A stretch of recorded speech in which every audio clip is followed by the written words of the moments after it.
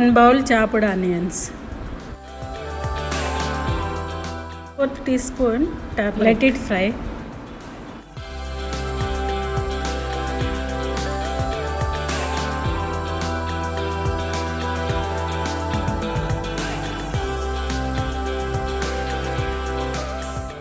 Five red chilies. Add 10 garlic parts. Here I am adding little salt.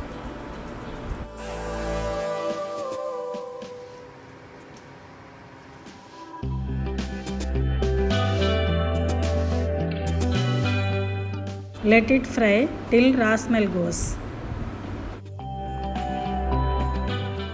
Add 1 spoon coriander powder. Add salt little here.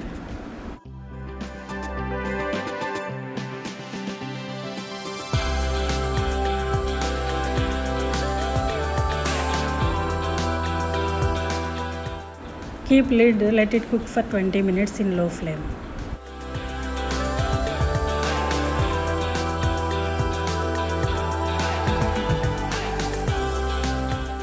Add half teaspoon chili powder. Again mix.